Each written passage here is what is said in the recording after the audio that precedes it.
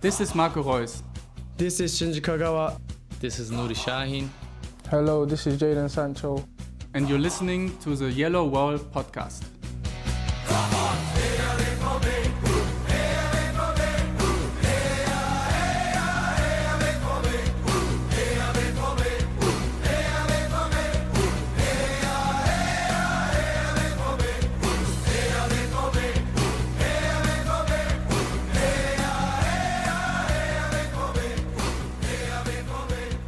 Hello and welcome to episode 475 of the Yellow Wall Pods. I'm your host Stefan Butzko, and today we'll talk about Borussia Dortmund hiring Lars Ricken as their new CEO of Sport and Sven Mislintat as their new technical director.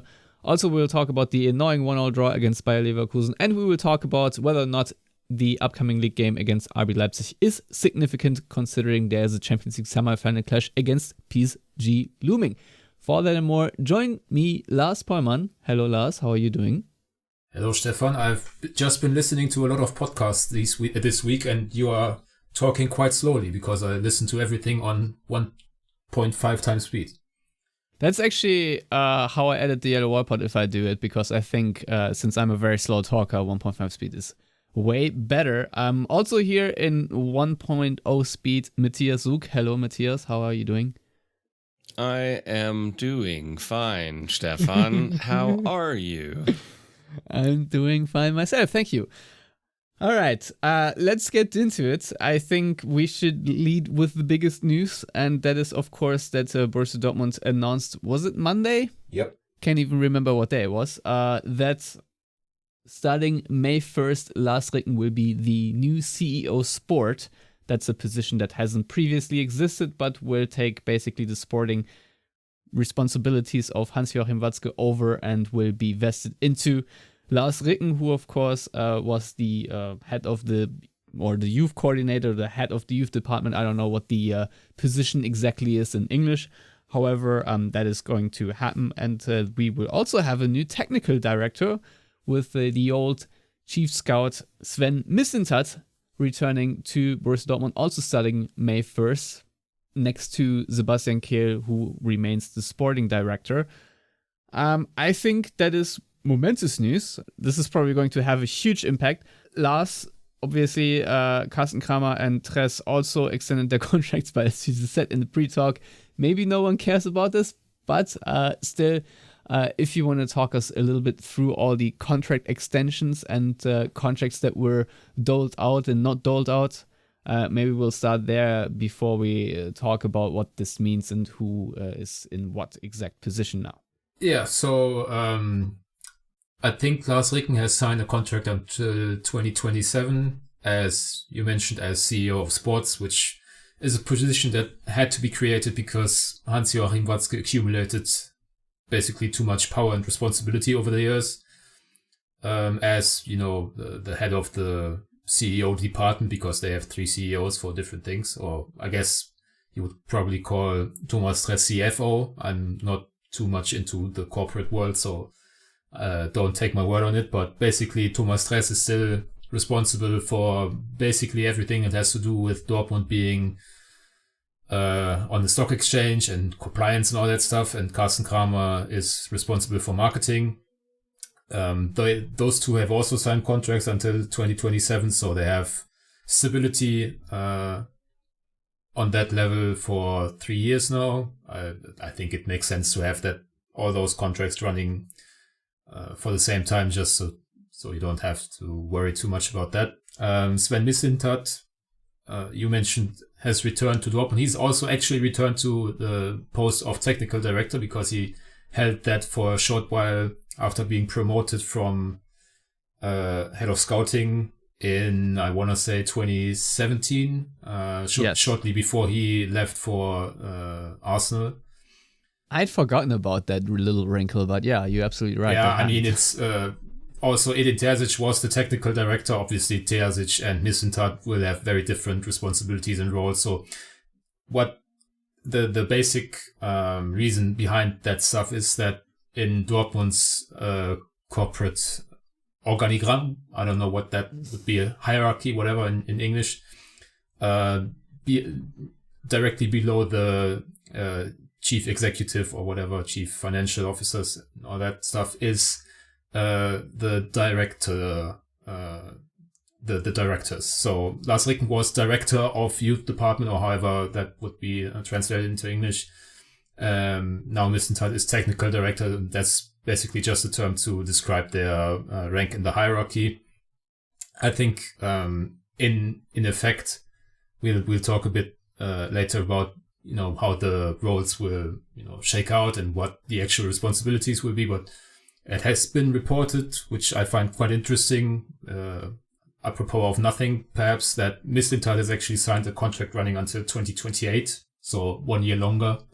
Not sure what that's all about. And I suppose actually the biggest news outside of Ricken getting the job is Sebastian Kehl not getting the job, because obviously he was the favorite, or considered the favorite when, or if Dortmund were to make an internal appointment, because obviously he's been sporting director for now a couple of years. He's been quite vocal about wanting the promotion, and I suppose the original plan might have been to give him the promotion because it makes sense to invest in people, and obviously Kehl has returned in a different capacity a few years back now, so he's been around the block a bit with the club. But I think we've talked on this show, and people will have read about it quite a few times, that the relationship between Kehl, Watzke, Terzic has not always been the smoothest, and I think the writing was sort of on the wall that they didn't really want to give Kehl the job, but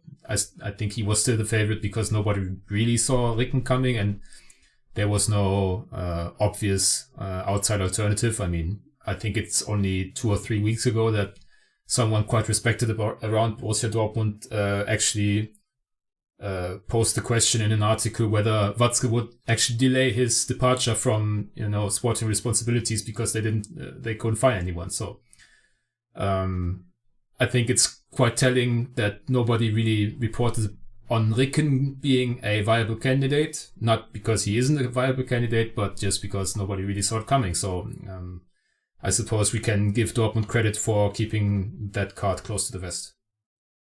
Yeah, that is for sure, especially since I don't know which episode, but it's a recent episode, did criticize that there are a lot of leaks coming out of the Dortmund camp, which in the past weren't, I don't know, I wouldn't say as frequent. Matthias, Lars Ricken obviously is most well known for the goal of the century that he scored against Juventus with this absolutely beautiful lob. But yes, he has been within the club as the director of the youth department for quite a while and been very successful at it. Obviously born in Dortmund, and fun fact, Lars, I don't know if you want to tell the story. When was he born? On the 10th of July, 1976, so on the day 13 years before me. Correct. And also larsricken.de. I don't know if there's a minus in between or not, but it was the very first website I went to when I had the very first access to internet on the old AOL dial-in modem, because I had no idea where to actually go. So I think he was on DSF and dropped that he had this website. So larsricken.de was the very first website I went to. So I don't know if that is interesting or not, but it's, I guess, also a fun fact. Now, Matthias, sorry for interrupting my long-winded question, but what do you make of the decision to take Lars Ricken and not Sebastian Kehl for this job? Well, I would say overall right now it makes sense because Lars Ricken, notwithstanding obviously his legendary status at the club because of helping to win the Champions League against Juve all those far too many years ago, but the fact that he's been, as you mentioned, part of the youth system and youth setup for a very long time, he is more experienced than Sebastian Kehl when it comes to not being on the pitch type duties at the club. Sebastian Kehl has only been doing this for a few years, whereas Ricken has been doing this for a very long time. I don't even know how long, to be perfectly honest, but it's been a long time. He's deeply respected and well entrenched in the club, in the city, and obviously amongst the fan base. It's a safe hire in the sense of, you know what you're getting, you know who he is, everyone is aware of who he is. Dortmund's youth setup has brought through a lot of good players, also players that they just brought in and then played a couple of seasons and then moved up, like Christian Pulisic as an example. He obviously knows Edin Terzic from Terzic's time coaching at that level. So, it's one big Dortmund family, really.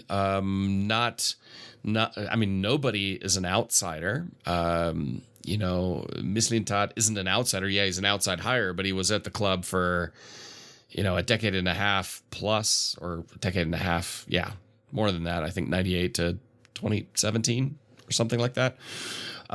So just shy of 20 years. So it's very much everybody knows everybody. That can be beneficial because you don't have to get to know each other and understand how everybody works. You already know how everybody works together. That's a huge benefit in an organization at the professional level, in any business.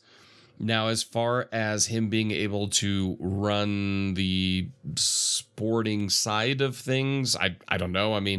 Deeply involved in the youth setup, so he obviously understands that. The day-to-day sporting aspects of the club, that will be Kehl and Mislintat, so he won't really be that involved there. It's kind of a moving up in the ranks that I believe probably befits his experience, the success at youth level, and obviously his status within the club. Lars, what is your opinion on this appointment?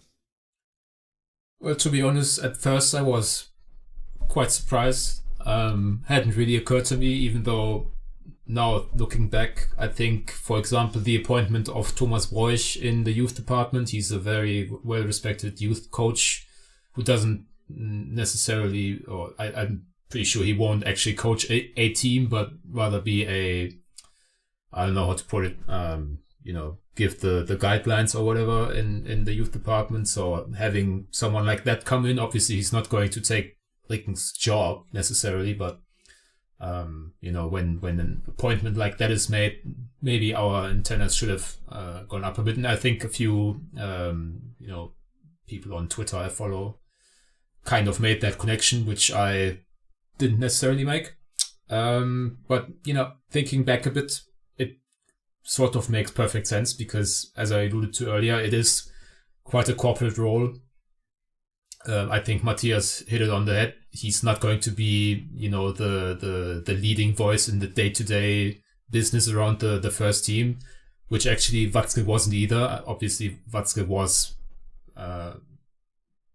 if you like, the predecessor, because in that area of the hierarchy, he was responsible for the sporting endeavors of the club. But obviously, Watzke isn't going to have a day-to-day impact on the relationship between players and coaching staff or whatever. That's not what the CEO has to do. He's responsible for personnel decisions, for strategy, for budgeting and all that stuff. And I think because it's such a fairly corporate role, Sebastian Kehl wasn't actually the greatest fit because, as Matthias also alluded to, he's relatively inexperienced outside of his playing days. Sporting director and CEO are quite different roles. I think a lot of times the sporting director doesn't actually want to be promoted necessarily because the responsibilities are so different. And from that perspective, I think it makes sense. It's also probably something that they needed to do to keep Ricken, because I don't know how long he wanted to stay at this current level at the youth system, because ultimately he's achieved basically everything you can there.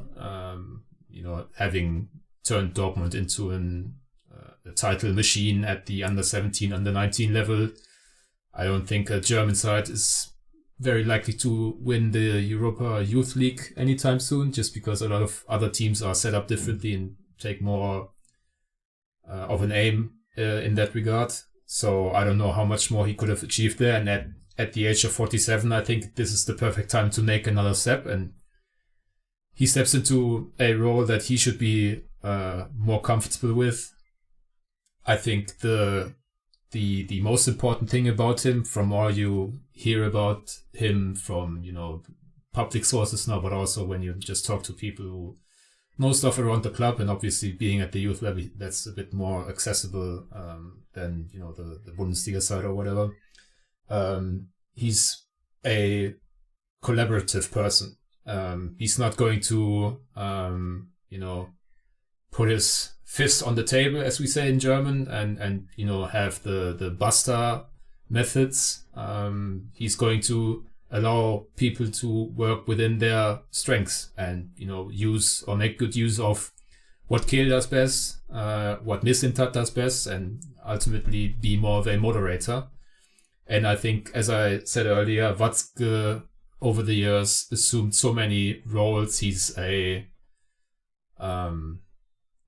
he's the leading voice at Dortmund. He's the leading voice in the German Federation. He's the leading voice at the league and all that stuff. I think it was never realistic for any one person to have all those hats on their head. So it makes sense to go with a broader approach. And I think for that, the personality that we know of Ricken kind of fits very well.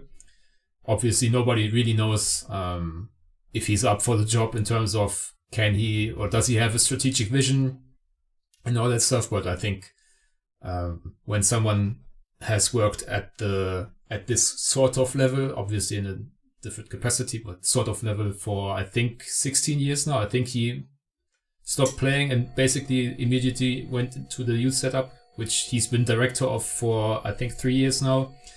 If that person doesn't get the confidence of those in the know at the club, I don't know who would. And from that perspective, I think it's a very sensible hire. All right. Thanks for that insight.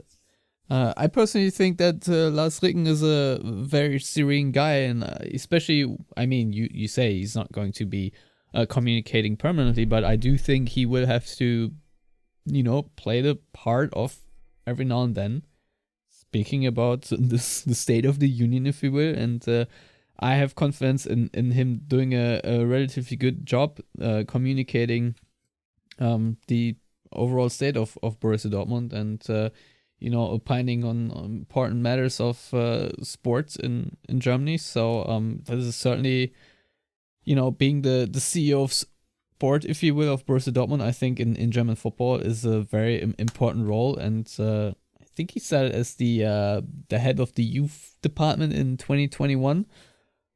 So yeah, we'll see how it goes. But I think of people at the club, I think Lars Ricken is a very suitable guy.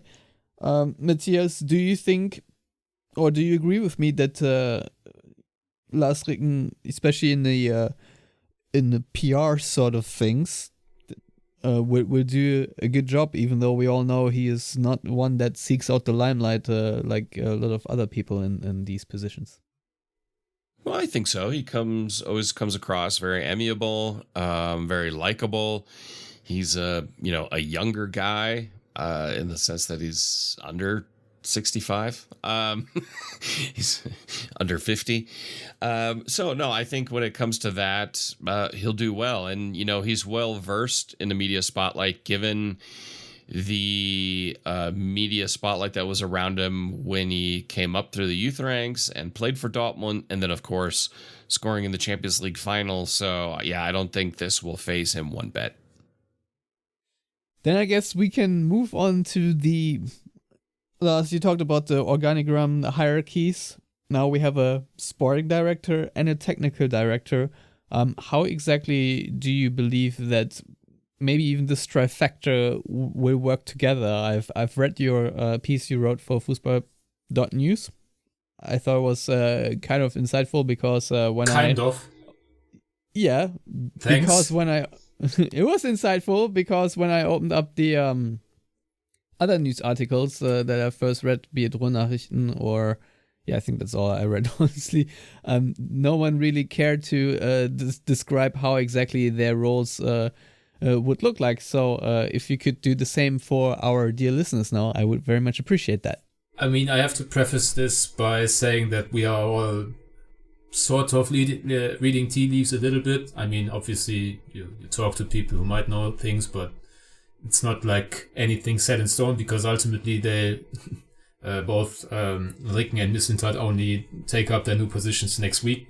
Obviously, I mean, especially Mislintat, basically we've known he was going to return for, let's say, a month now. So they have had discussions, no question, about, what he should be doing in the meantime, let's say, because obviously maybe starting at the bottom of the trifecta, Mislintat as the technical director. As I alluded to earlier, the director stuff, that's basically about pay grade and responsibilities. I think he's fairly likely to be doing what he used to do back when he was the head of scouting. So, identifying players, doing the groundwork for possible signings, coordinating, the scouting area. Obviously, they do have a head of scouting, which I think is Eduard Graf, but don't quote me on that. I mean, scouts never have much of a profile in Germany, so it's kind of hard to keep track of that. Might actually be Laurent Busser, who came over from Bayern, but one of those two guys, I think. I think Mislintat, he's actually in the press release, Dortmund have made notice of his role basically being squad planner, which makes perfect sense to me. I think Mislintat has always been at his best when he could just identify players and sign them, whether in a responsible role or work in a facilitating manner. I mean, if you look at the Stuttgart side, that has been fantastic to watch in the current Bundesliga season. A lot of those players came when Mislintat was their sporting director. We all know the kind of transfers Dortmund made during his first go around here. Even though I'm always reluctant to give him credit for Shinji Kagawa, because Shinji Kagawa was offered to a lot of German clubs by his agent from back when he played in Japan by the name of Thomas Kroth. So, for example, if things had turned out a bit differently, Shinji Kagawa could have gone to Cologne, for example. Or Hertha. Or some of those clubs. I definitely know about Cologne, maybe Hertha as well. So I definitely know about Hertha. Yeah, so it's not like Mislintat, by the nickname of Diamond Eye, spent all his nights watching second division Japanese football and identified Shinji Kagawa by the grace of his knowledge or whatever. No, he was offered, and then obviously they looked at him and identified him as a good player. So it's not like they don't deserve any credit, but I always dislike when people say that Kagawa was a Mislintat signing. But anyway, we you know what? I remember when this was announced, or there were rumors, and I as one does, the old YouTube scout, found a highlight reel of him, and that was probably the biggest no-brainer just of these highlight clips alone to sign him for the, what was it, 350,000 euros back then. So yeah, I myself could have been the Diamond Eye in that. I mean, this is a major tangent, but the biggest no-brainer by a YouTube video is actually Mitchell Langerack in the Asian Champions League for, what was it, Melbourne Victory or whatever? Yes. Against, I don't know whom, some Asian side. That to this day, I think the greatest goalkeeping performance I've ever seen. And it's a great YouTube video, so look it up. Maybe we can put it in the show notes or whatever. Anyway, we know Mislintat is very good at identifying players, and I think that's precisely what he's going to do at Dortmund. And then Sebastian Kehl, basically doing what he does now. So, coordinating all the stuff between, coaching staff and players, medical and coaching staff and all that stuff. he's still going to be on the bench as far as we know. And in terms of transfers, because that's obviously the meatiest subject, he is, from my understanding, still going to be the person, doing the actual talking with players, with agents, with clubs. And if Mislintat has identified a player and Kehl has, verhandelt, what's the word? Negotiated, yes, thank you. Negotiated contract and transfers and all, transfer fees and all that. I think it's going to come down to Lars Ricken having a look at the budget, having a look at the strategic outlook of, does this player really fit what we want to be and do, and does he have resale value and all that good stuff? And if Lars Ricken gives the go-ahead, then the transfer should go ahead. So I think ultimately Ricken isn't going to be super hands-on in that stuff. I think that's why they went for him, because, as I said earlier, he's going to allow the other people to their jobs without too much interference. Taking a big picture view, I would be very surprised if Lars Ricken suddenly wanted to negotiate deals himself and all that stuff. That's what you have a sporting director for. And all the indications are that they want to actually extend Kehl's contract. I think that was also in the press release. So it's fairly likely that this setup, as I've tried to describe it, is going to be in place for a while. Yeah, we'll see about that. Obviously, there were a lot of articles written where the headline was, "This is a defeat for Sebastian Kehl." Matthias, do you agree with that notion? And B, do you think this trifecta can work well together? And what do you expect from these changes overall going forward? So to point A, who knows? I don't think so. I mean, it's the media doing what the media does in that sense. You got to have a headline that somebody will click on. Whether it's a personal defeat for Sebastian Kehl, the only one who can answer that question is Sebastian Kehl and not Kicker. So I don't really put much stock in that. As far as B, can they be successful? Does it make sense? Yeah, I think they can work well together. Like I said, they already know each other very well. You've got now people that are very specialized in their fields that they're going to be working in, and I believe that's always beneficial, especially in today's business world. And the Bundesliga and football and club football is a business, not just a pastime. So having a more professional business setup, I think, benefits a club overall. Do you have any certain concrete expectations in terms of when it comes to squad planning? What kind of direction of squad planning? What emphasis should be put on? Do you have certain expectations from Sven Mislintat, for example, to find more younger, talented players from outside of the league again, or where would you like to see the strategy of the club sporting wise go? Maybe not instantly, but let's say over the course of the next 3 to 5 years, if that makes sense. Yeah, I mean, expectations, get better. Let's call that the baseline expectation. No, I think, Mislintat's not going to go out and do any scouting himself. He's going to have a scouting team that does that and works on transfers. And it's kind of the direction of what they're going to go. I believe, they tried some things this season with some more seasoned veteran players. I would say the jury's still out on that as mixed results. Zabitza is kind of paying good now. So we'll have to wait and see.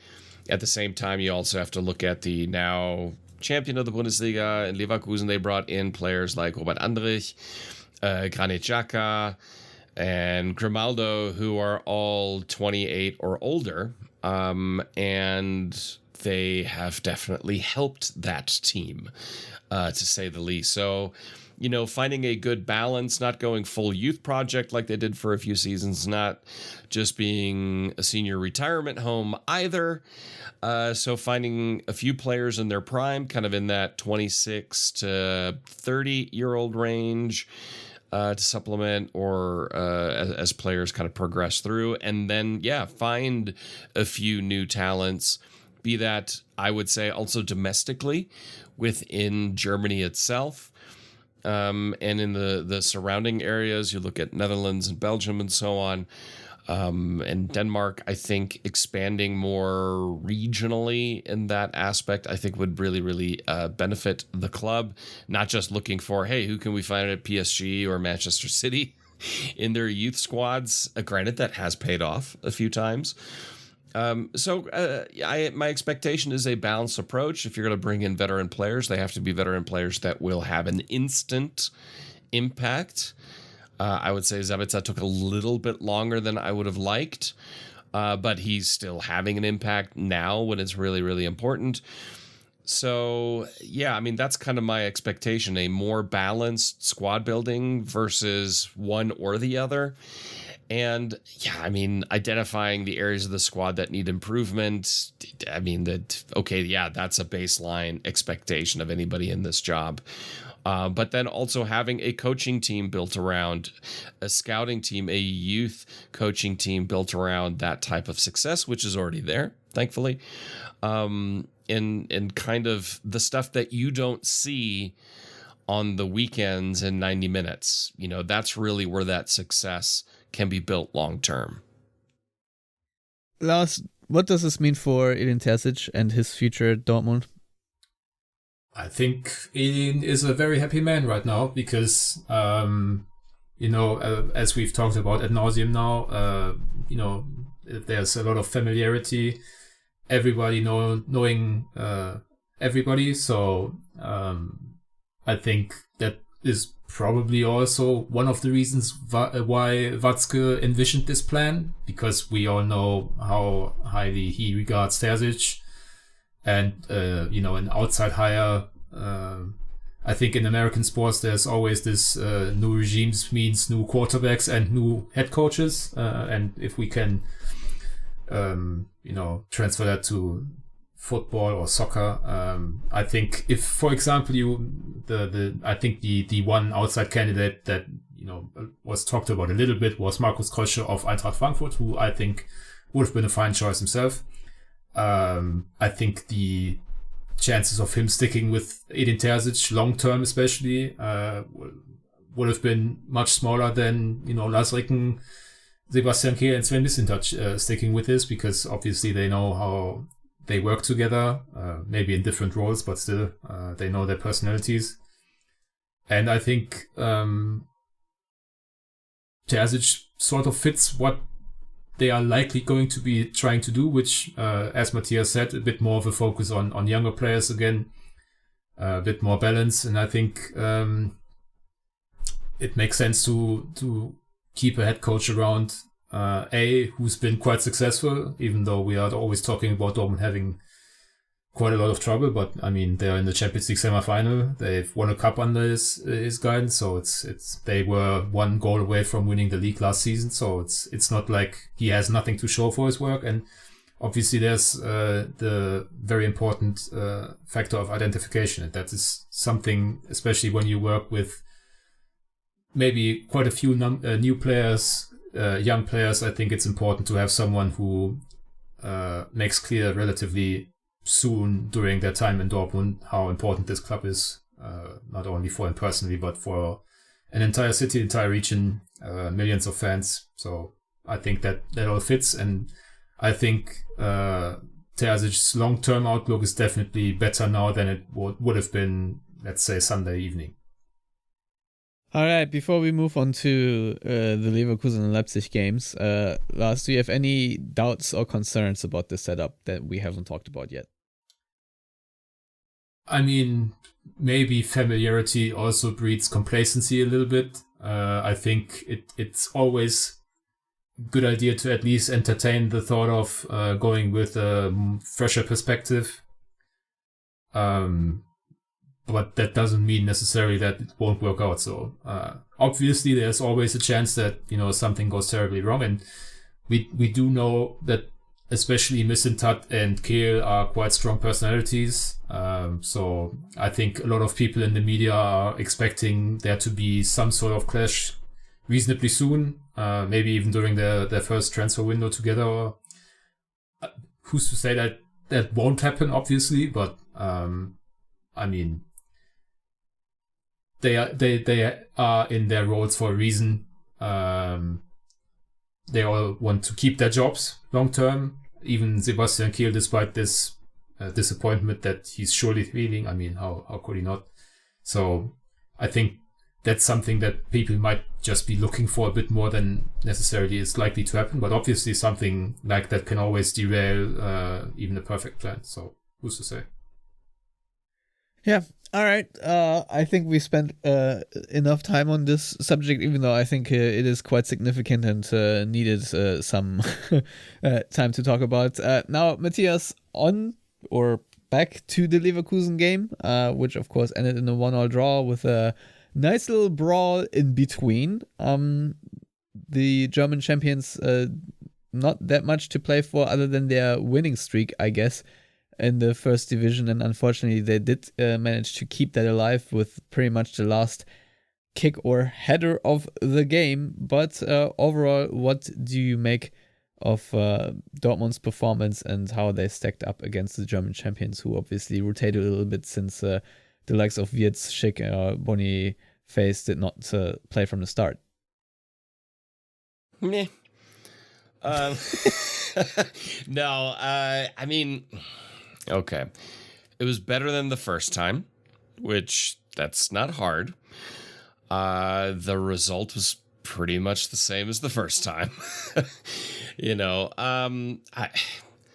I don't even know personally. I think, Dortmund played significantly better than the first time they played against Leverkusen. It was way less this chicken shit, scared football that still got them a point last time. And so, questioning is what's the right approach. I think they're on the right track here. I would have liked to have seen them put Leverkusen under a little bit more pressure, whilst at the same time I understand the fear of being completely carved open.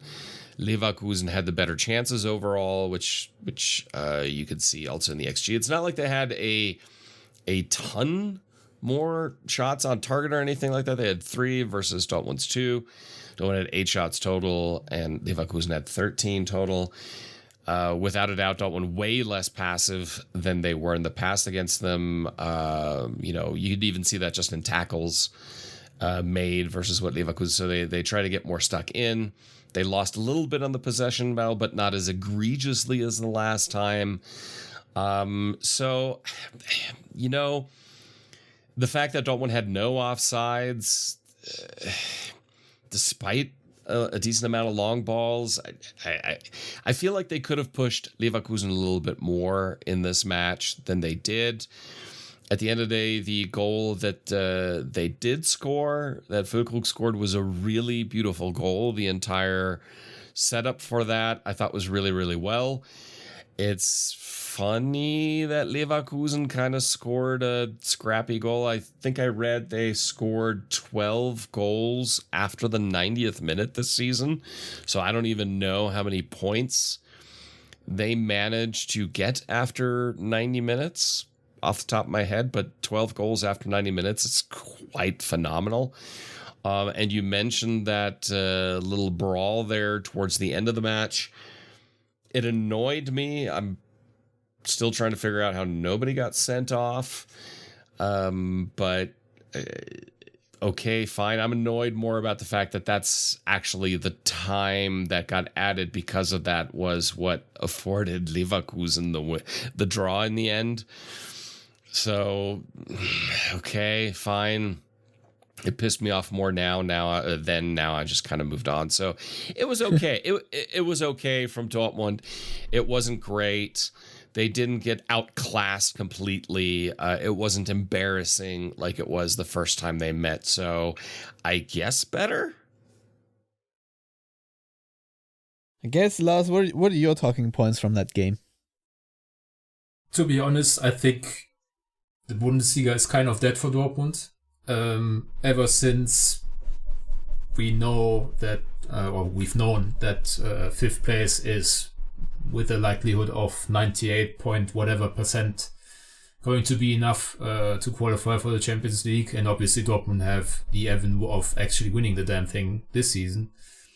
I sort of think they've let down, a couple of percentage points. Leverkusen definitely did, because that was the least intensive I've seen them. I don't know if that's down to celebrating too hard, down to maybe also the emotional draw against West Ham, because obviously that also kept the streak alive. So I think this game deserved to end in a goalless draw. I think Leverkusen were the slightly better team, but not by any crazy amount. I don't necessarily recall too many clear-cut scoring opportunities for them, and definitely not for Dortmund. And then basically out of nowhere, Füllkrug scored the goal, and then Leverkusen remembered that they have this crazy streak going, and turned it up. Did enough to deserve the equalizer, I would say, even though obviously, as Matthias said, the circumstances are a bit annoying. I was definitely also annoyed by Jeremy Frimpong, who's a great player, and from all I can tell, a nice dude outside of the 90 minutes, but he was constantly on the floor. He was constantly bitching and whining when he was fouled, but also when he wasn't. The brawl itself, I think the red card for Boniface was laughable, because he didn't actually do anything particularly untoward.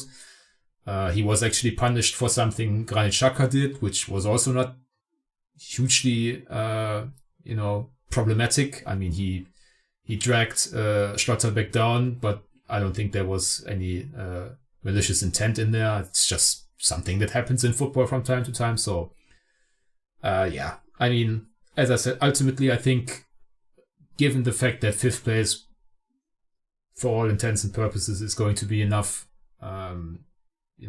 they kind of let that one game slide a bit, maybe focusing a bit more on Leipzig this weekend, because obviously if they lose against Leipzig, then fourth place is pretty much out of the window, and they can put all their efforts into the Champions League. But it was kind of a weird game in that way. Yeah, a draw in that sense is a good result, because now you can mathematically leapfrog Leipzig with a win on Saturday, I think the game is. Yeah. So, yeah, from that perspective, I must say I personally am very annoyed with the very late goal from Leverkusen, because I wanted their stupid winning streak to end. And the fact that Dortmund managed to concede a sad piece once again really had my blood boiling on Sunday. So yeah, I'm still not quite over it, and the Sixers bottling game 2 against the Knicks certainly did not help matters overall this week. So I am not very much a happy camper. Matthias, how did you see Bino Gittens and then later Duranville, who obviously Bino Gittens started since Daniel Malen is still out injured, Adeyemi is suspended. What's going on, everyone? Taylor Kyle's here for Sorry.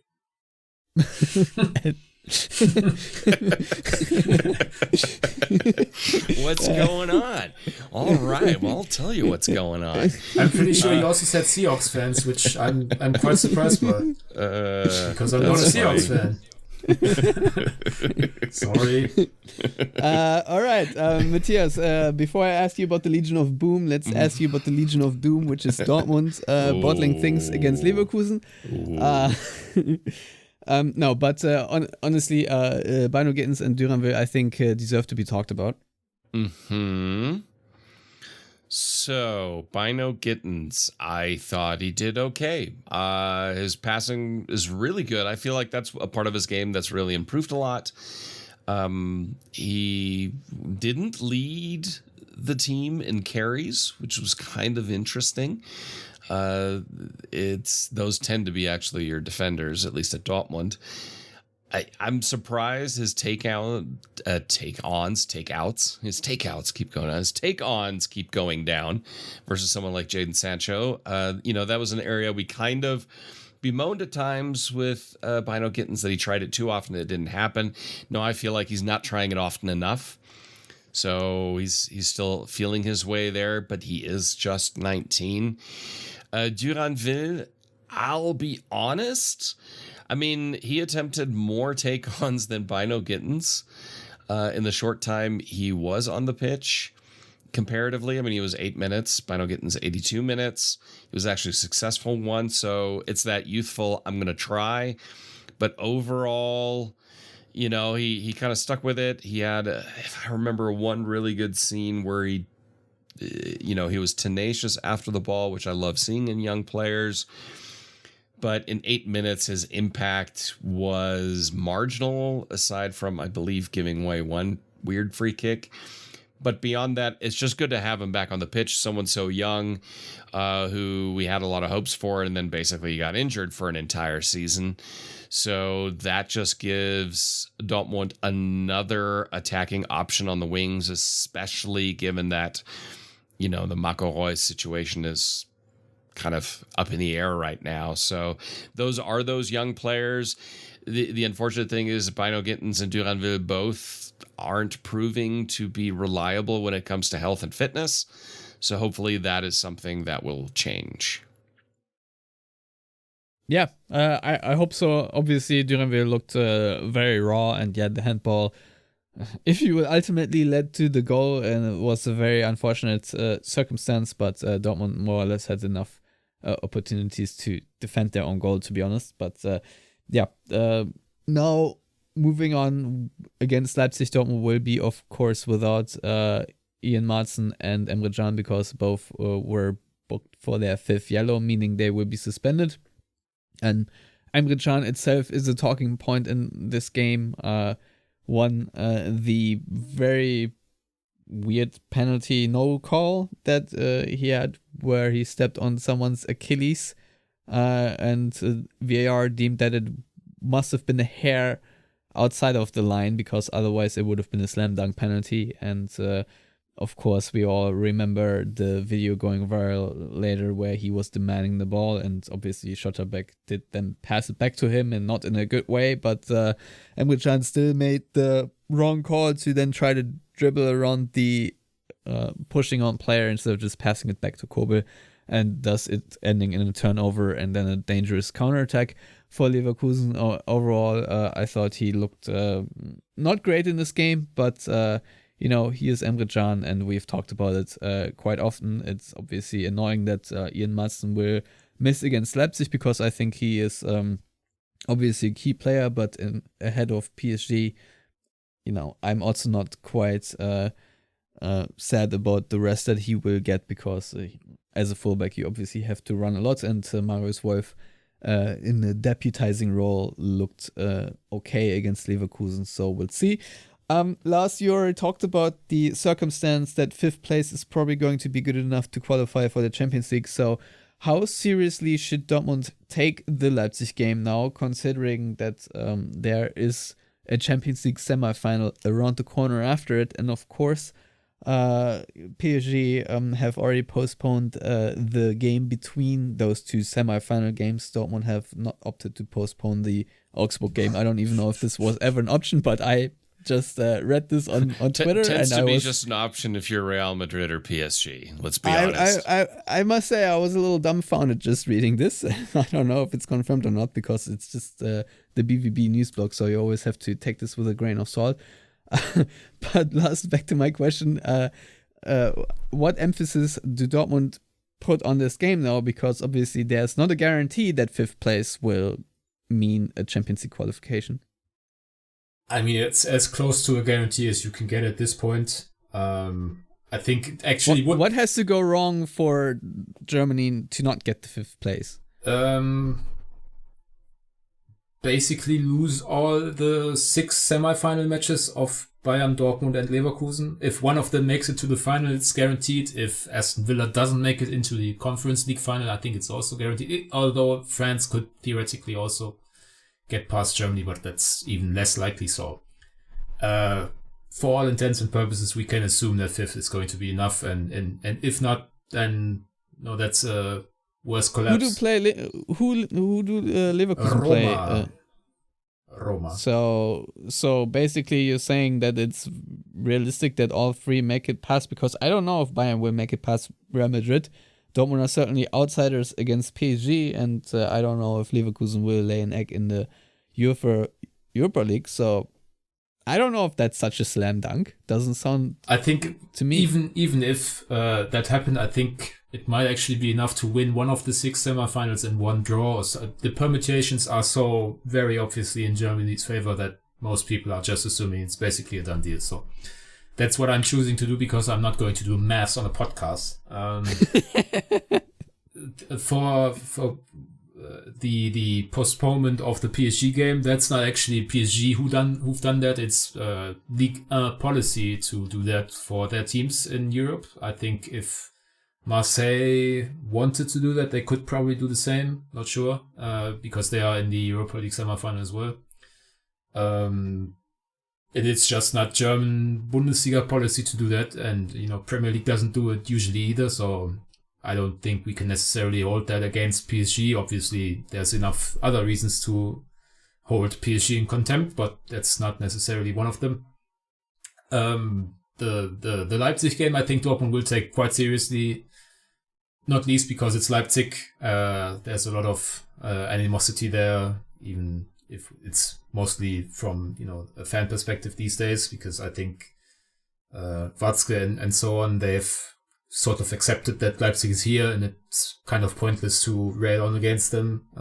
Also, Watzke has worked quite closely with Oliver Minzlaff, who now runs all sports for Red Bull, who was the CEO of Leipzig during the pandemic, and he was also part of the German FA task force after the Qatar World Cup debacle and all that stuff. So I think they are going to take this game very seriously because it's also about fourth. If you are scared of Mars, just make fourth or win the Champions League. And I think we are in agreement that making fourth in the Bundesliga is a bit easier to do than beating PSG over 180 minutes and then beating either Bayern or Real Madrid in Wembley. So,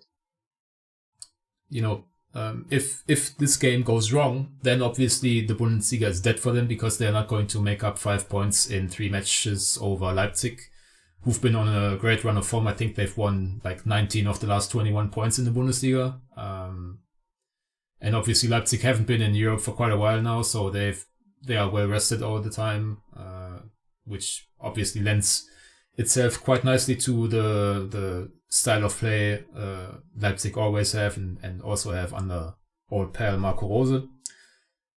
So yeah, I genuinely think they also kind of want to eradicate the somewhat bitter taste of the Leverkusen game, because if you actually listen to or read what Edin Terzic said after the game, he was quite angry with the performance, which I found interesting because it came on the back of obviously the Atletico game, and it is Germany's new champions, clearly the best side in Germany, one of the 2 or 3 best sides in Europe this season, I would say, in Leverkusen. So maybe getting a point against them, one could have expected him to be more happy with that, but he was quite angry with the performance. So that's not how they want to go into the first leg against PSG, which obviously is at Dortmund. So they need to lay the groundwork for a final appearance with a win at home. I think we are probably all in agreement that Dortmund are not going to turn around the tie in Paris if they had to. So getting into a good groove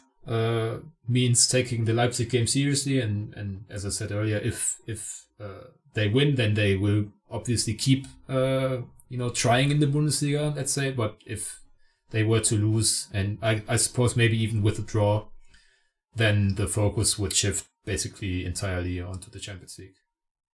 Yeah, I'm really hoping for a win, but honestly, I'm a bit more in the maths camp. Like, my emphasis is obviously more on the Champions League currently, and if Dortmund don't win in Leipzig, to me, it's not going to be the end of the world. Matthias, do you see it similarly, or do you think that beating Leipzig is very important? I would say beating Leipzig is very important because it's very important to the fan base. And given the amount of people at the club, coaching staff and so on that are, let's call it Dortmund indoctrinated, they're definitely going to be up for this one and to win it. I do agree that a loss means the focus is going to shift entirely away from the league, which it should at that point. I mean, Dortmund are going to be 5th. Frankfurt would have to make up a 17-goal difference in 4 matches, and that's just not going to happen, I don't believe. Easy. Especially because Frankfurt have been just so consistent the last couple of months. No, I think that's the key thing. I think a draw, they're still within that touching distance of 4th, but they kind of have a lot of it in their own hands, depending on how they perform against PSG. But that's got to be the main focus, even beyond the league at this point. Yeah, finishing 4th would be great because then, like Lars said, you don't have to do the math. But the odds are very much in favor that 5th place will be enough to make it into the Champions League, which would be nice. At which point, who cares? I still want Dortmund to beat Leipzig every single time. It's like they play Hoffenheim, or, in 10 years, if they ever play Schalke again, it's important to win. But the focus, if you're in the Champions League semifinal, obviously that's going to be your focus because you have the opportunity to go to a Champions League final again, and once again in Wembley, which is interesting.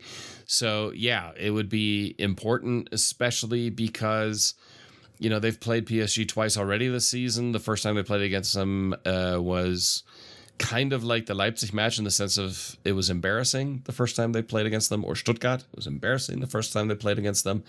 So they want to course correct there and put their best foot forward in that home tie against PSG. So that is the focus. I would expect it to be the focus, while at the same time you need to beat Leipzig. I agree with you. The fact that Ian Maatsen is kind of getting a forced rest against Leipzig is good for Dortmund with eyes on the Champions League.